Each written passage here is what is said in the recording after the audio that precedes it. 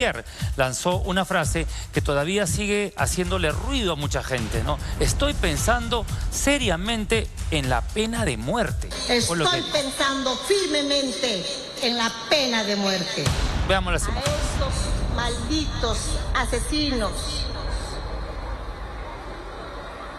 A estos malditos asesinos les digo que estoy pensando seriamente en la pena de muerte.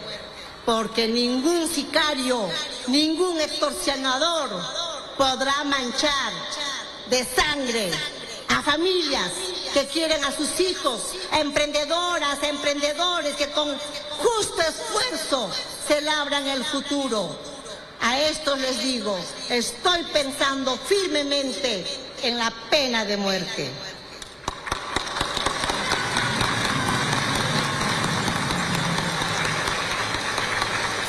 Ahí estaban las palabras de la presidenta Dina Boluarte en esta presentación del inicio del año escolar, donde tuvo estas palabras, ¿no? De pensar en la pena capital, conocida también como pena capital, la pena de muerte aplicada hasta ahora solo en una treintena de países, pero que para mucha gente, sobre todo para muchos peruanos, sigue siendo la única salida o el salvavidas cuando nos pasan cosas fuertes, que nos duelen, que nos hieren, que nos impactan. Yo no sé si, yo no sé si este mensaje lo da antes o después de ponerse a cantar.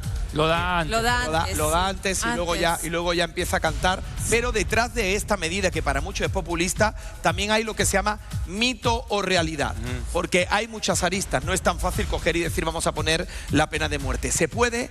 No se puede. Se hablaba de tratados, se hablaba de romper pactos con otros países. ¿Qué implica una pena de muerte? ¿Qué implica? Para empezar, si legalmente es posible, si no es posible. Hay un montón de cosas detrás. Por la facilidad de palabra que tiene la presidenta de decirlo, estoy pensando en poner la pena de muerte, pero claro, yo puedo pensar con ir a la luna y sé que es prácticamente imposible. Imposible, claro. ¿Será esto también prácticamente imposible? Se lo vamos a preguntar justamente a un especialista, porque para hablar de ese tema, que seguramente usted también, y de esta expresión, pena de muerte, este mecanismo que está en la punta de la lengua de muchos peruanos, hemos invitado a Miguel Antezana, él es politólogo, para desmenuzar y explicarle con manzanitas también a nuestra audiencia. Miguel, buenos días. ¿La pena de muerte es aplicable en un país como el nuestro? De ser así, ¿qué tendríamos que hacer? ¿Qué tendría que hacer el gobierno? Bajo Fernando Santi, buenos días. Buenos días. Bueno, en primer lugar, tendré que decir que este anuncio de la Presidenta de la República es un anuncio netamente populista, es más, hasta populachero, porque se basa precisamente en el estado emocional que se encuentran las personas en este momento, que es una situación de crispación, de angustia, de rabia, precisamente frente a lo que no se está haciendo en la labor estatal.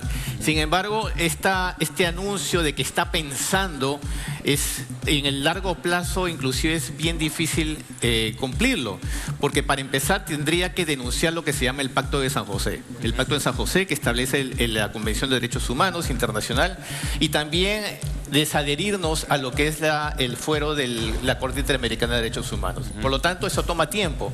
Para denunciar el Pacto de San José tiene que pasar un año. Es decir, si puede decir que el 1 de abril dice que no quiere salir, el Perú quiere salirse de este pacto, tendría que pasar un año, pero en ese año no quiere decir que ya puede empezar a ejecutar a quien me parezca que es un delincuente. Claro que no. Es más, la pena de muerte está establecida en la Constitución del Perú para casos de traición a la patria y terrorismo. Tendría que haber un cambio en la Constitución, tendría que haber una reforma constitucional, y eso también requiere una serie de cambios en el tiempo. Claro, y además, hablemos del mecanismo per se.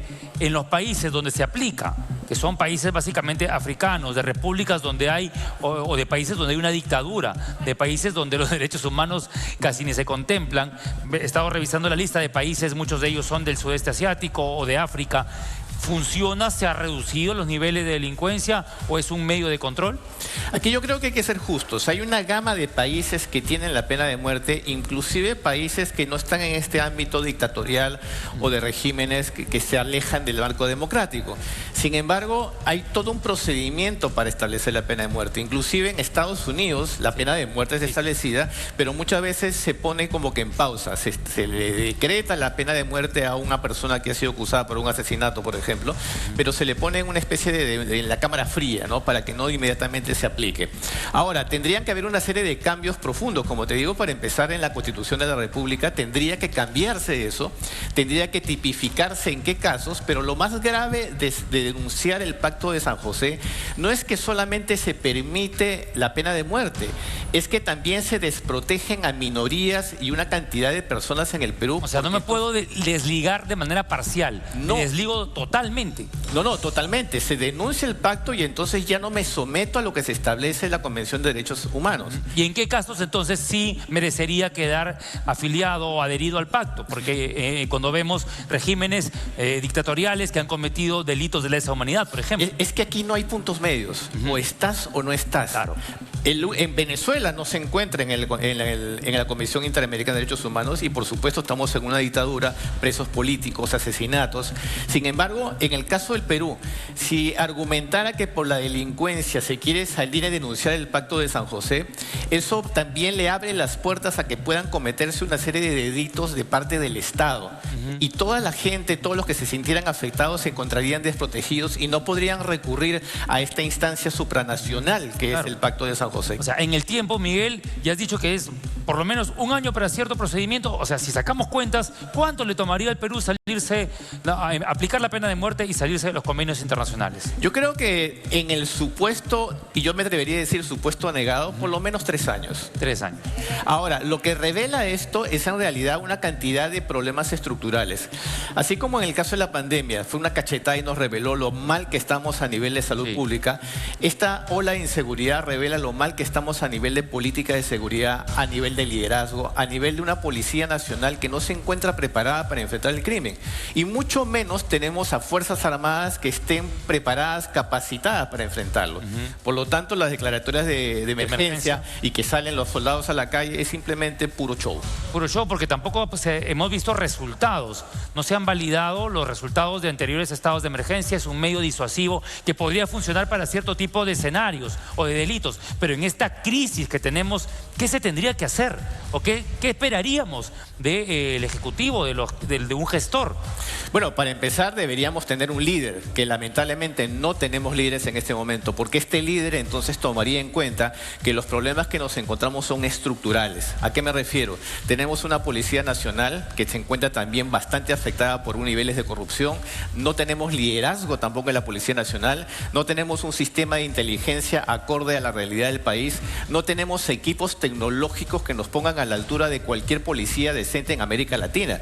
¿Cómo es posible que cualquier individuo simplemente tome el número de tu celular y comience a extorsionarte al día siguiente, o que tenga un arma y comience a balear a tu familia y no pasa nada?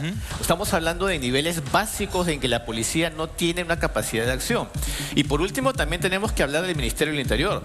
El Ministerio del Interior tiene a su cargo no solamente la Policía Nacional, sino también tiene migraciones. Y migraciones es una coladera. Entran delincuentes de todo tipo de nacionalidad. Ciertamente que tenemos una gran mayoría de venezolanos, pero también tenemos otras nacionalidades que están cometiendo delitos junto con los peruanos. ¿Por qué la presidenta no piensa, en lugar de pensar en la pena de muerte seriamente, no piensa en cambiar de ministro del Interior? Porque lo que está pensando es solamente llegar al 2026. El 12 de abril tiene como plazo máximo para la convocatoria de elecciones generales y de ahí ya solamente le queda su año de despedida. Como el Congreso tampoco le interesa verse afectado a nivel político, entonces no la enfrentan, son timoratos al enfrentar una moción de censura y mucho menos censurar al presidente del Consejo de Ministros, que también tiene gran responsabilidad. ¿Qué puede pasar por la cabeza de una mandataria que es la que tiene una desaprobación altísima en la región y en la historia, para darse el lujo y que tiene serias investigaciones en curso, para pensar que alguien le va a seguir la cuerda con este tema de la pena de muerte? Yo creo que Dina Boluarte está en este momento ciega de poder y además animada por un círculo que la encierra y que hace creer que ella es una gran líder, y por supuesto que no lo es. Entonces eso hace mucho daño. Cuando las personas se ciegan de poder, no quieren admitir la realidad, y por supuesto que la población es la que paga las consecuencias de su falta de liderazgo y el desgobierno que vivimos desde hace bastante tiempo. ¿Y por qué muchos peruanos tienen en la punta de la lengua la palabra pena de muerte? Y claro, ella busca empatizar con esa gente, con esas personas que tienen mucha indignación lógica. por cierto. Está relacionada con como te digo, estado emocional de la gente, que por supuesto hay una rabia que yo quiero ver muerto a estos delincuentes. Sin embargo, tiene el desconocimiento completo de todo lo que hemos conversado. ¿Cuál es el proceso para implantar la pena de muerte, los convenios internacionales, etcétera? Entonces se aprovecha lamentablemente de la ignorancia de la gente para lanzar este mensaje populista que no se va a aplicar. Además, si ella lo dejara en el camino, seguramente un nuevo Congreso, un nuevo gobierno lo echaría para atrás. Claro, es cuando, cuando uno dice, o cuando un presidente dice pena de muerte, o un ministro dice pena de muerte, es igual a no tengo plan, no sé qué hacer, y lanza la frase para que la platea aplauda.